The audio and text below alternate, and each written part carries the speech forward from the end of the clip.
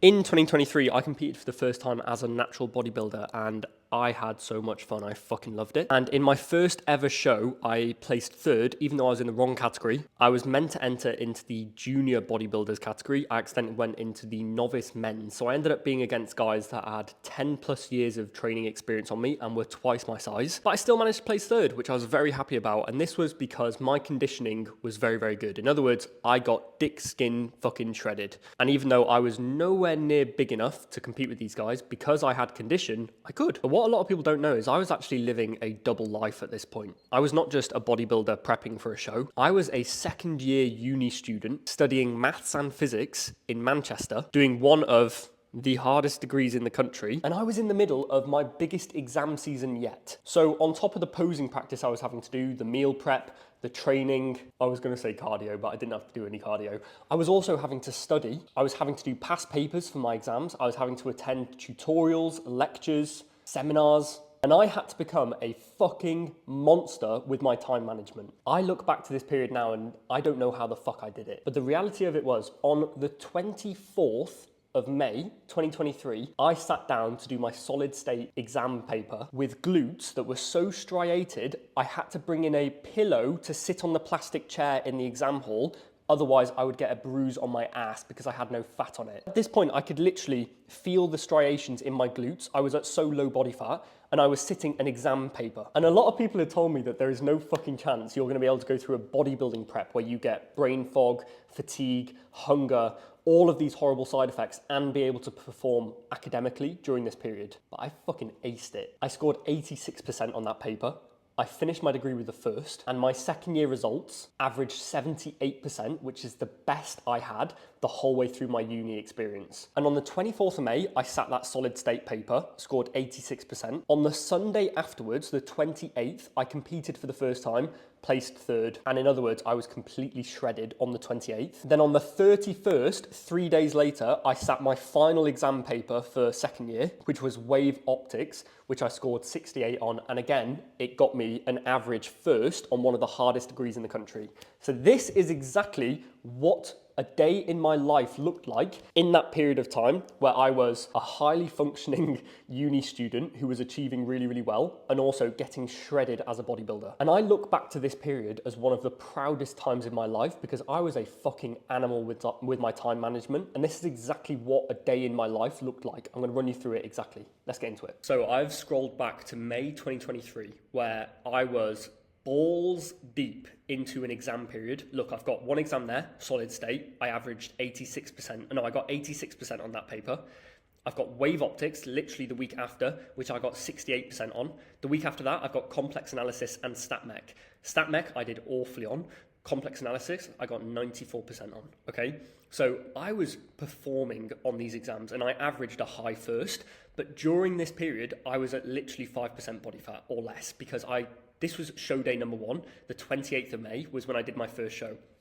And as I said, I was literally sat in this exam on the Wednesday with glutes so striated that I had to bring in a pillow to not bruise them because I had no body fat on them. So I should have, theoretically, have had the worst brain fog at this point, be struggling like fuck, be cloudy and not be able to actually think. But this was my best exam period in the whole of my uni period. And I think this is down to, the reason why that happened was I actually learned how to channel hunger, food focus, and the struggle into like becoming a weapon instead of just like constantly focusing on the struggle. So you can see here, the number one thing was I was relentless with my time management. And I look back at this period and think, I fucking loved this period of my life. I loved this period of my life. This period of my life was so much fucking fun. So much fun because I was waking up every day on a mission. I was waking up going, holy shit, your body is telling you you need food right now. You'd wake up, your belly would rumble. You'd wake up, you'd be like, what are we going to have for breakfast? We need breakfast right now. I'd wake up and go, shit, I've got an exam in 2 days' time. Oh my God, I'm shredded. I'd be looking in the mirror. I'd have no body fat on me. And my brain would be going, you've got an exam in 2 days' time. Oh my God, oh my God. And because I had such pressure on me at this time, it was like, I couldn't afford to not follow this game plan that I'd set up for myself. I couldn't afford to skip. I couldn't afford to just miss out on things. Everything had to be scheduled in, otherwise I wouldn't remember it. And I had to execute on these blocks because it was like, I set this plan out a month before it actually happened. And when it came to it, I was just like, Ollie, just do what the fucking plan says. And when you're so driven like that, when you're so pinpoint laser focused like that, life is so much fucking fun. You're so clear on the end goal. You're so clear on what needs to happen that there aren't even any decisions in there. There isn't any deciding, oh, should I do this? Should I do that? Oh, I don't know. We can do that tomorrow. No, it was like, it gets done now or it doesn't get done at all. You have to be on it during this period. And I fucking love that. I miss that. I miss that so much. That is why I love bodybuilding prep. It was a challenge as to how far you can actually push yourself and what you can do during those periods, how you're going to combat the brain fog, how relentless you're going to be with your time management, how well you're going to distract yourself when you're wanting a meal, when your body is telling you you need that food and you're saying, no, it's time to work, how well you're going to distract yourself, how well you're going to focus on that. The challenge of a bodybuilding prep like that is wonderful. It is amazing. I've never found anything else like it, and it makes me desperate to compete again because I fucking loved it. I absolutely loved it, okay? So, yeah, here's what a week looked like. Monday, 5:30 a.m. I'd wake up. I was sleeping 8 hours through the night. I was going to bed at like 9 p.m., waking up at 5:30. So I was sleeping a good 8.5 hours, 8 hours every night. I didn't struggle with sleep through prep. I think that's partially because I could have pushed a little bit harder body fat wise. And if I started to go below that point, that's where my sleep probably would have started getting affected. But I was sleeping well.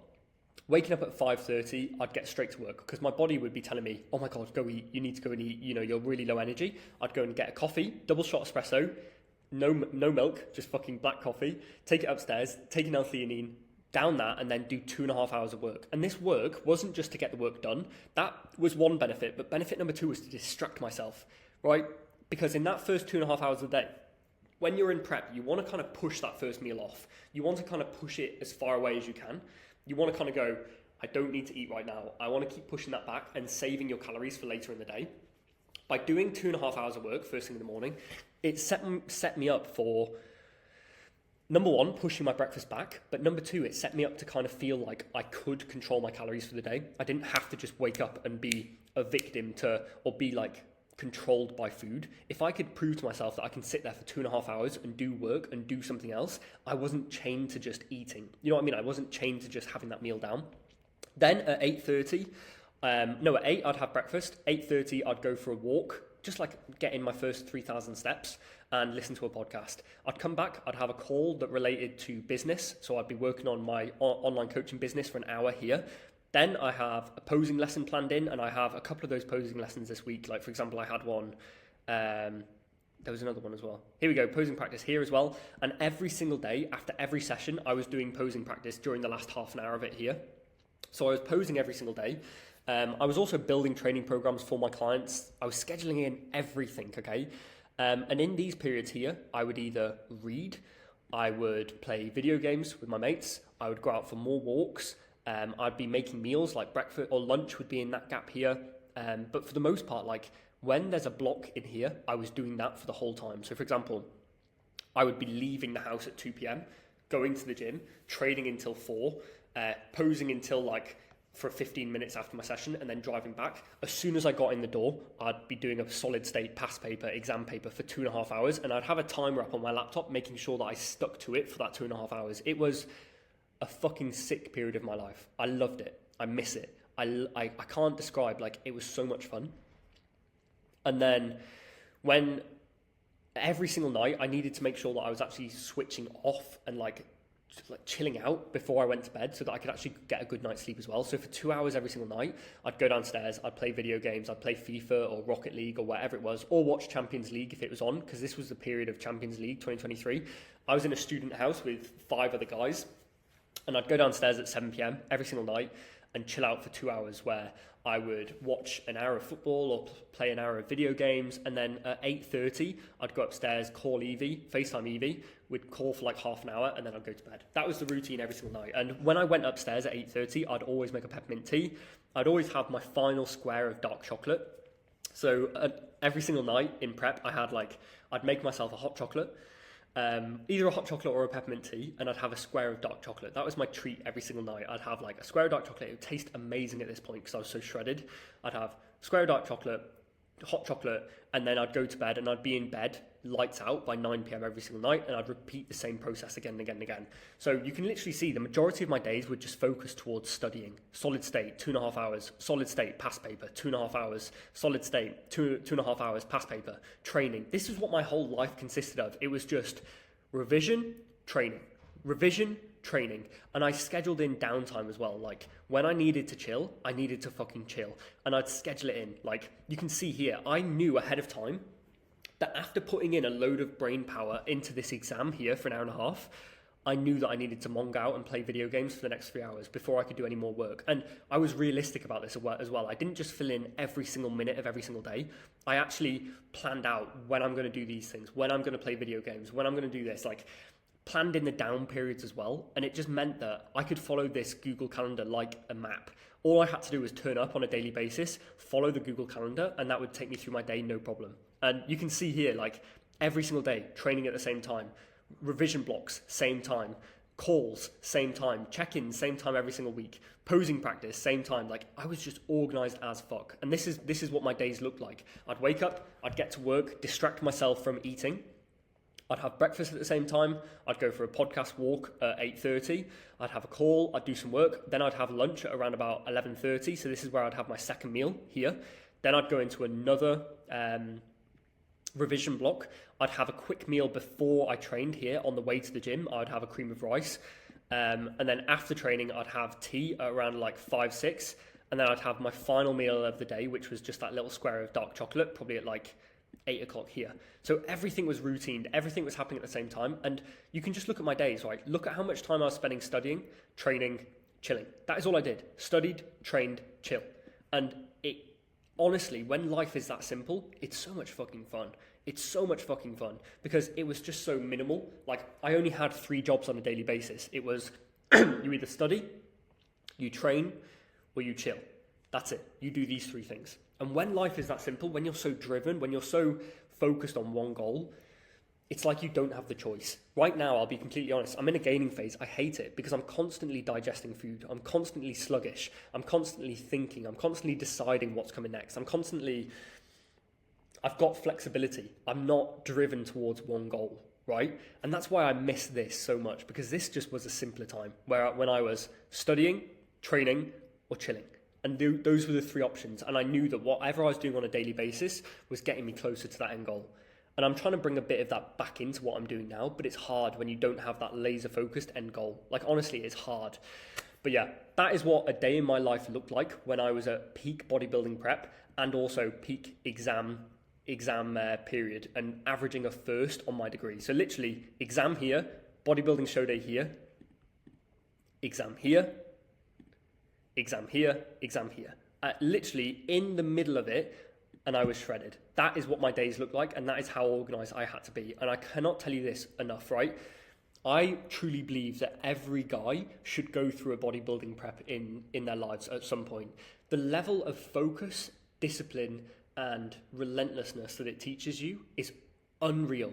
I miss this phase of my life. I loved this phase of my life. So many people say, oh, why would you want to bodybuild? It's unsustainable. That's the whole fucking point of it. You don't want your life to just be comfortable the whole way through. You don't want to just sit there for your whole life being comfortable, never pushing yourself. What is that about? No.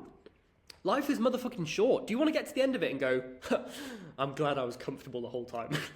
No, you want to push to the fucking extremes, right? You want to see what you're capable of. You want to do things that you didn't think were possible. I didn't think I could do an exam period at the same time as being shredded. I did it, and now I can, and I know that I can, and I've got the evidence in my life that I can work this hard, right? You want to challenge yourself. You need to challenge yourself. That is how you grow.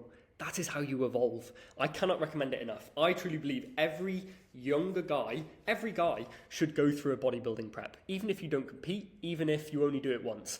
The lessons that it teaches you and how transformational it can be is incredible. The work level that it can teach you as well, and the time management that it can teach you is insane. I fucking love it, and I miss it so much. I truly believe that everyone should go through it. I'm not saying, you should definitely build up the muscle beforehand, make sure it's something you want to do as well. But when the time's right, you will realize that if you go about a prep in the right way and you're doing it for the right reasons, to improve your discipline, to learn about yourself, to become a more disciplined person, to become a more purposeful, focused person, it's one of the most beautiful things that you can do with your life. And I really mean that. It is so fucking cool. One of the changes that I would make to this week in the life, by the way, if I could go back, is this. I would add posing every single day, and even twice a day, because one of the things that I realized was I didn't practice my posing anywhere near enough, and I don't think any first-time competitors really do. But when I actually got on stage, I was shaking because I hadn't practiced enough and I didn't have the stamina. The way that I was hitting my poses wasn't consistent enough, and I could have even placed higher and done better if my posing was better. I would make this a morning, like a daily routine of mine, because what I used to do is wake up, go straight into meditating. I would have gone straight into posing and meditating all in one go, right? I would have made it like my morning routine to just go straight into practicing a round of posing and do a meditation straight afterwards. That is what I would have done every day, because I can't explain how much that would have paid off come show day if I had done that. And it takes literally less than half an hour of your day. The meditation helps you manage the food focus. It helps you manage the anxiety of prep. It helps you chill out a little bit. It helps you take some time. But the posing is something that you just have to do, and you have to practice it way more than you think as well. After 2 or 3 months of practicing it, you'll feel like you're kind of getting there. You're not. The more that you can practice it, the fucking better. The more you can do, the better. And I thought I'd done enough. I was nowhere near. The next time I go into a prep in 2026, I'm going to be posing every single day for like 20 minutes every morning, without a doubt, because it will pay off hugely when it comes to stage time. So anyway, guys, I hope you found this useful. And if you have any questions about my weekly routine back then, or any questions about how I managed it, how I managed my time management back then, drop them in the comments. I'll get back to you.